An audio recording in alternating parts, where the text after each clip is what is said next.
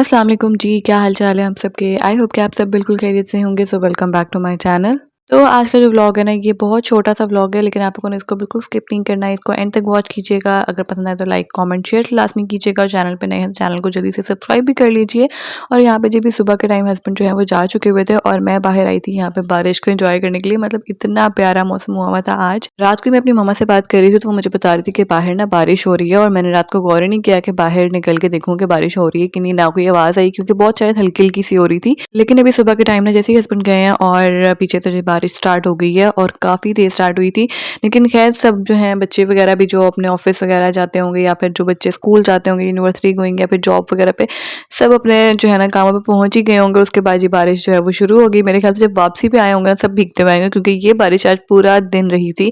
और आज इतना खूबसूरत मौसम हुआ हुआ था ना, मेरा दिल चाह रहा था कि मैं यहाँ पे बाहर ही बैठ जाऊँ। और बिल्कुल भी ठंड नहीं थी, हल्की हल्की हवा भी चल रही थी, लेकिन बहुत ही प्यारा मौसम लग रहा था। क्योंकि इतने दिनों से ना धूप की वजह से, तेज़ धूप की वजह से ना काफ़ी मौसम चेंज होने लग गया था। सर्दी जो थी वो कम लग रही थी अब, और काफ़ी दिनों से ऐसा हो रहा था। लेकिन आज जब मौसम कुछ ऐसे ठंडा हुआ है ना, तो बिल्कुल भी मुझे ठंड नहीं थी लग रही, बल्कि बहुत अच्छा मौसम लग रहा था। और मैंने ना इस तरह से फिर अंदर लाउंज की विंडो भी खोल दी थी, ताकि थोड़ा सा ना मतलब अंदर भी फ्रेश एयर आए। वरना इस टाइम पे ना विंडोज़ वगैरह बंद होती हैं, ताकि घर जो है ना वो गर्म रहे, क्योंकि बच्चे भी सोए होते हैं, फिर रूम्स बहुत ठंडे हो जाते हैं। तो बस फिर मैंने थोड़ी देर के लिए बस विंडो खोली थी, फिर बाद में बंद ही कर दी, क्योंकि बच्चे उठने वाले हो जाते हैं फिर। तो जी उसके बाद बस फिर मैंने ये जो शामी कबाब वगैरह कोफ्ते, ये एक दिन पहले जो मैंने आपके साथ व्लॉग लास्ट शेयर किया ना, वो मतलब सारा कुछ ये जो चीज़ें मैंने बना के रखी थी, वो नेक्स्ट डे ज़ाहिर सी बात है सुबह के टाइम पे वो जब फ्रीज़ हो गई हैं, तो मुझे इस टाइम पे अपनी वीडियो को एंड भी करना था। तो बस मैंने इस टाइम पे अपना जो लास्ट वीडियो थी वो मुझे एंड की थी मैंने।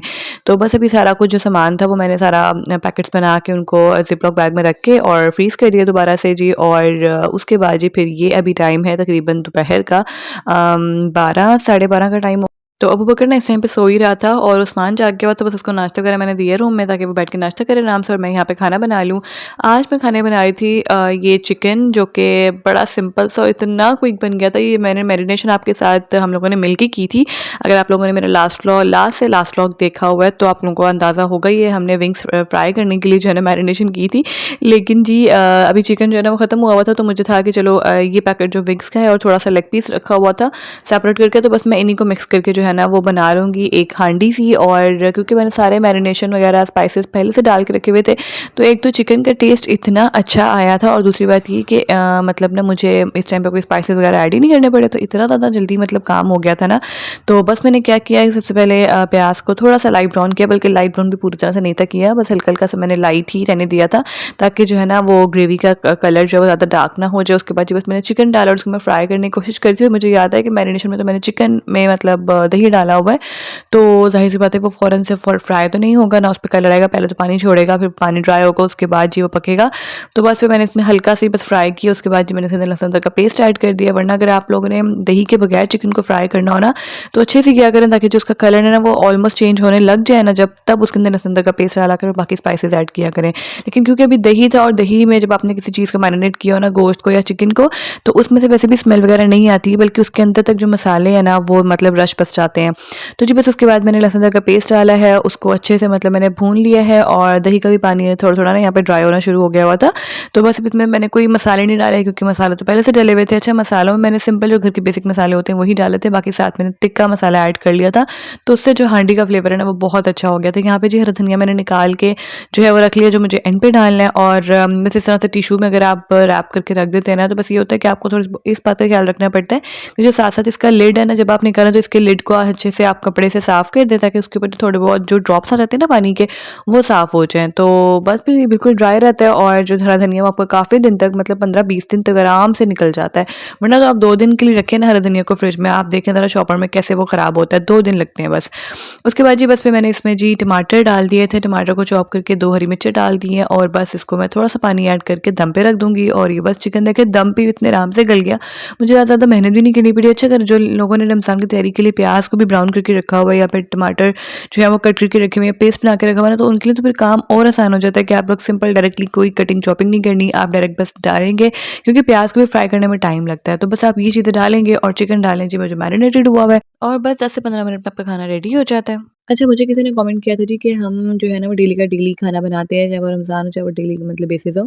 लेकिन बात ये होती है कि जो हम मेरी तरह से और भी बहुत से ऐसे चैनल्स हैं जहाँ पे रमज़ान प्रिपरेशन दिखाई जा रही है, और मैंने तो बहुत शायद कम दिखाई है, लेकिन बाकी सब बहुत से ऐसे लोग हैं जो कि बहुत बहुत बहुत ज़्यादा प्रिपरेशन करके रखते ही हैं, और रखते भी हैं। मतलब उनके पास डीप फ्रीज़र्स होते हैं, फ्रीज़र्स होते हैं दूसरे, तो फिर मतलब वो उनके पास इतना स्पेस भी होता है कि वो फ्रीज़ कर भी सकें, ठीक है? तो ये उन ख़वातीन के लिए होता है जो कि मतलब घर नहीं बैठी होती हैं, जो कि जॉबियंस होती हैं, या फिर जो कोई ना कोई वर्किंग लेडीज़ हैं, और या फिर ऐसा भी हो सकता है कि जिनके बच्चे बहुत छोटे-छोटे हैं, जो कि अकेली हैं अपने घर में, जो कि मतलब काम अकेला सब कुछ कर रही हैं मैनेज, और उन्हीं पे डिपेंड करता है सारा कुछ, घर के काम, किचन के काम, बच्चों के काम। तो फिर ज़ाहिर-सी बात है अपने कामों को आसान बनाने के लिए, आसान से ज़्यादा बल्कि आप देखिए रमज़ान का पूरा दिन पूरे महीने में जो हर दिन होता है, आपने वो पूरे 24 घंटे तो अपने किचन में नहीं गुज़ारने होते ना। तो अगर आप देखें यहाँ पे, मैं अगर आपके पास कुछ शामी कबाब किसी दिन बनाती हूँ, या फिर कोफ्ते फ्रीज़ कर रही हूँ बना के, तो मुझे उसमें अच्छा खासा 2 ढाई घंटे लग जाते हैं। वो 2 ढाई घंटे जो आपने रमज़ान में किसी दिन आपने अपने किचन में गुज़ारने हैं, तो बेहतर नहीं कि अगर पहले से आपने बना के रखे हो,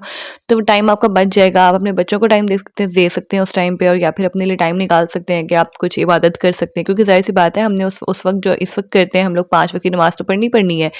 लेकिन उसके साथ-साथ हम लोगों ने अपनी नफ़ल पढ़ने हैं, कुछ हमने तस्बीह करनी है, कुरान मजीद स्टार्ट कर दिया होता है, और फिर ज़ाहिर-सी बात है, ये नहीं कि आपने सिर्फ़ एक टाइम ही पढ़ना है, आपको जब मौका मिले आप लेके बैठ जाएँ। अल्लाह के ज़िक्र करने का कोई टाइम तो नहीं ना है कि आपने एक ही टाइम मुकर्रर मतलब करना है, तो वो तो आपको जब-जब टाइम मिलेगा आप उस मतलब टाइम में बैठ जाएँगे और ज़िक्र करना स्टार्ट कर देते हैं। तो जितनी इबादत करेंगे उतना ही आपके लिए अच्छा है, और मतलब अल्लाह ताला आपको उसका अजर देने वाला है। तो मेरे ख़्याल से वो टाइम निकालना भी तो मतलब एक है ना कि आपने उसके लिए पहले से अपने कामों को मैनेज करके रखा होगा, और तभी तो आप उसके लिए टाइम निकाल पाएँगे। तो मुझे याद है जब शादी का मतलब मेरी शादी का जब पहला साल था ना, तो मैंने कुरान मजीद मतलब मैं दिन में बड़े आराम से पढ़ लिया करती थी, मैं किसी भी टाइम पढ़ लिया करती थी।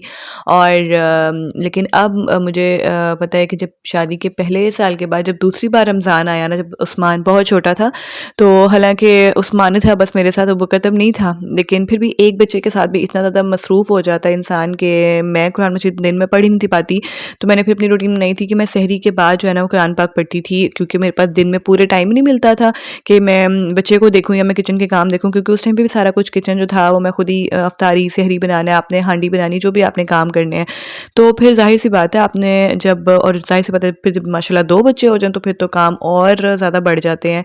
और दूसरी बात ये, अगर आप जॉइंट फैमिली सिस्टम में हो तो फिर ज़ाहिर-सी बात है जितने अफ़राद होंगे उतने काम होंगे, उतना ही ज़्यादा ग्रैंड अफ्तारी बनेगी, उतनी ज़्यादा ग्रैंड सहरी बनेगी माशाल्लाह, और खाना भी उस हिसाब से बनेगा। तो ज़ाहिर है किचन में ज़्यादा से ज़्यादा टाइम लगाने की बजाय कम से कम अपना वक़्त लगाएँ, और अगर इस तरह से मील प्रेप थोड़ी बहुत कर लेते हैं ना शुरू में, तो फिर आसानी भी हो जाती है और टाइम की भी बचत हो जाती है। और अगर आप लोग अकेले हैं, अपनी सेपरेट फैमिली में रहते हैं, आप लोगों को टेंशन नहीं है कि मतलब इफ्तारी ज़रा से लोगों के लिए बननी है, 2 लोगों के लिए बनी, 3 लोगों के लिए बननी है, तो फिर तो आप बेशक ये प्रिपरेशन ना भी करें ना तो कोई मसला नहीं है। लेकिन मुझे लगता है कि अगर आपके काम ज़्यादा हैं, अगर आपकी फैमिली बड़ी है, या फिर अगर आपको कुछ मतलब आउटडोर भी कोई काम होता है, घर के काम भी देखने हैं आपने, तो फिर बेहतर यही रहता है कि अपने कामों को आसान बनाने के लिए और टाइम निकालने के लिए अपने लिए और इबादत के लिए स्पेशली, तो फिर आप लोग ज़रूर इन प्रिपरेशंस को ना कर लिया करें, ताकि जो है ना वो आपके लिए आसानी हो सके। तो बस यहीं तक की थी मेरी वीडियो। आई होप कि आपको आज की वीडियो अच्छी लगी होगी, और आज मेरा छोटा सा ही व्लॉग था, तो आई होप कि आपको पसंद आया होगा। अगर आप लोगों ने कोई भी मुझसे कोई बात शेयर करनी हो तो मुझे कमेंट कर सकते हैं। वीडियो को पसंद आए तो वीडियो को लाइक कीजिएगा, चैनल पे नए हैं तो चैनल को जल्दी से सब्सक्राइब भी कर लीजिए।